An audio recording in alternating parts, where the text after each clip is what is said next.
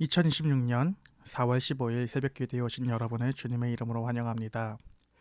오늘 우리가 함께 살펴볼 하나님의 말씀은 창세기 25장 19절에서부터 34절입니다. 성경 본문은 29절에서부터 34절의 이야기만 읽도록 하겠습니다.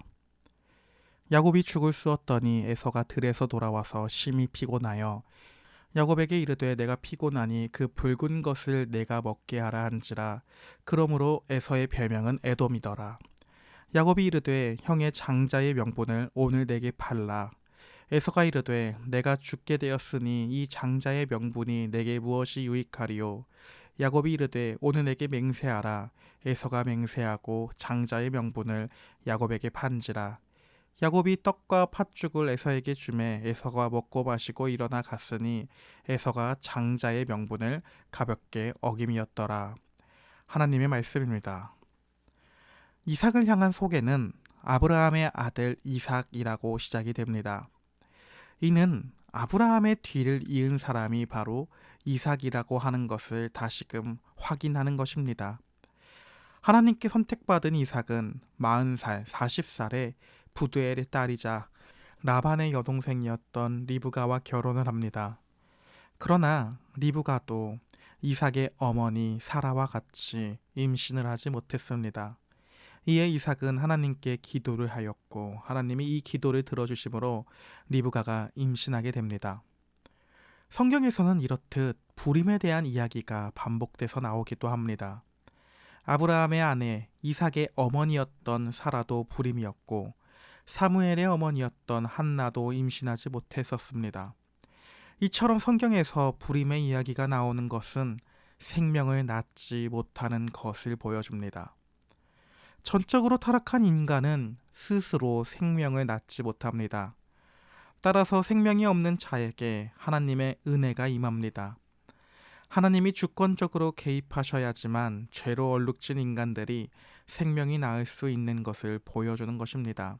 한마디로 우리는 하나님 앞에서 살아있으나 살아있는 존재가 아니요 죽어있는 존재라는 것을 보여주는 것입니다. 사랑하는 여러분, 따라서 이처럼 생명을 잉태하는 것은 전적으로 하나님의 은혜입니다. 이 은혜는 생명이 없는 자에게 생명을 허락하십니다. 리브가에게 아이가 생깁니다. 그 아이들의 이름은 바로 에서와 야곱이라고 하는 쌍둥이입니다. 이 쌍둥이는 어머니 리브가의 뱃속에서부터 다툽니다. 그리고 이에 대해 하나님은 큰 자가 어린 자를 섬기리라고 말씀해 주십니다. 로마서 9장의 말씀처럼 아들들이 태어나기도 전에 어떤 선이나 악을 행하기도 전에 하나님이 주권적으로 야곱을 택하셨다는 것을 볼 수 있습니다. 세상의 기준으로 보면 동생인 야곱보다 형인 야곱을 선택해야 하는 것이 아닐까요? 심지어 에서는 야곱에 비해 더 강인하고 활기찬 사람입니다. 그는 리더십이 있어 보입니다. 그러나 하나님의 구원 언약은 에서를 택한 것이 아니라 야곱을 택하셨습니다. 즉 하나님의 주권은 인간의 자격이나 혈통, 행위에 달린 것이 아니라 오직 하나님의 무조건적인 선택과 은혜에 달려 있다는 것을 보여줍니다. 오늘 본문에서 에서는 어떤 사람이었나요? 29절 이하의 말씀을 보면 에서는 들에서 돌아와 심히 피곤하고 배가 고팠습니다. 이때 야곱이 끓이고 있던 붉은 팥죽 한 그릇이 그의 마음을 빼앗아갑니다. 그리고 야곱에게 팥죽을 요구했고 야곱은 에서에게 장자의 명분을 요구합니다. 이에 대해 에서는 내가 죽게 되었으니 이 장자의 명분이 내게 무엇이 유익하리요 라며 맹세까지 하고 장자의 명분을 야곱에게 가볍게 넘깁니다. 에서가 지금 팥죽으로 판 장자의 명분은 단순히 맏아들의 재산 상속권이 아닙니다.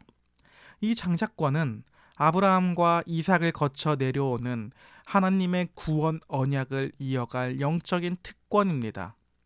그러나 에서는 당장 눈앞에 닥친 육신의 허기, 즉 현실의 피곤함과 결핍 앞에서 영원한 하나님의 언약을 내팽개쳐 버린 것입니다. 따라서 오늘 본문의 34절은 에서가 장자의 명분을 가볍게 여김이더라 라고 말합니다. 이에 대해 히브리서 12장 16절은 팥죽 한 그릇에 장자의 명분을 판 에서를 향해 망령된 자라고 말합니다. 에서의 행동을 음행하는 자와 같은 죄로 보고 있는 것입니다. 에서는 영적인 복보다 당장 입에 들어갈 육신의 만족, 썩어 없어질 세상의 가치를 더욱더 사랑하는 것입니다. 이런 모습이 바로 은혜가 없는 자, 거듭나지 못한 인간의 불임, 즉 생명력이 없는 영적인 상태를 보여주는 것입니다. 그에 비해 야곱은 하나님의 언약과 영적인 축복을 사모하던 자였습니다.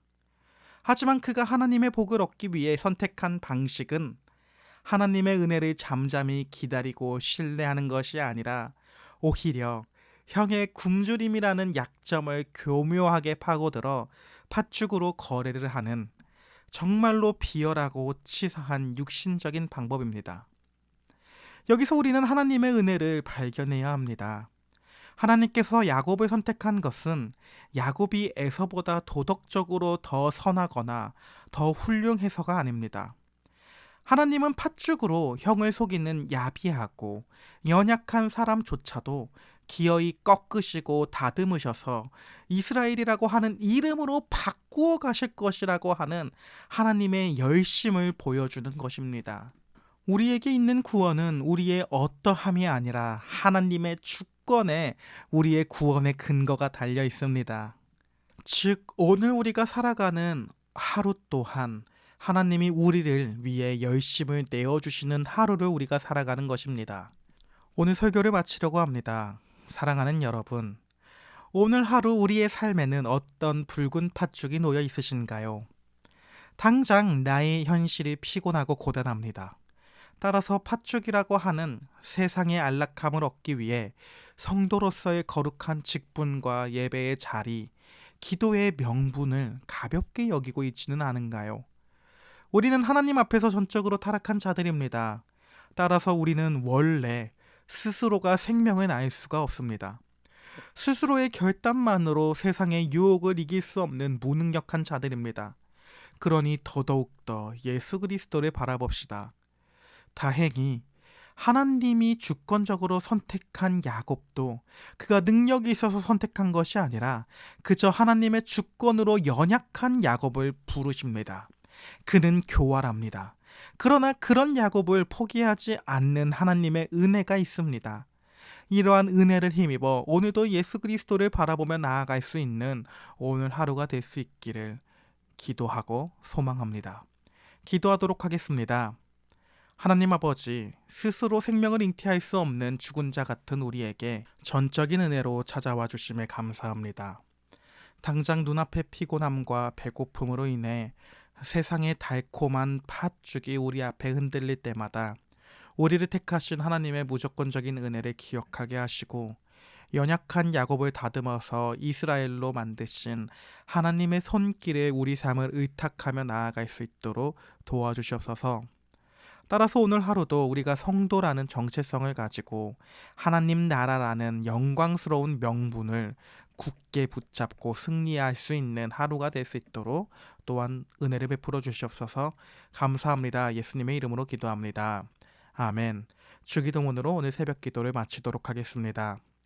하늘에 계신 우리 아버지여, 이름이 거룩히 여김을 받으시오며 나라에 임하시오며 뜻이 하늘에서 이루어진 것 같이 땅에서도 이루어지리이다. 오늘날 우리에게 일용할 양식을 주옵시고 우리가 우리에게 죄 지은 자를 사하여 준 것 같이 우리의 죄를 사하여 주옵시고 우리를 시험에 들게 하지 마옵시고 다만 악에서 구하옵소서. 대개 나라와 권세와 영광이 아버지께 영원히 있사옵나이다. 아멘.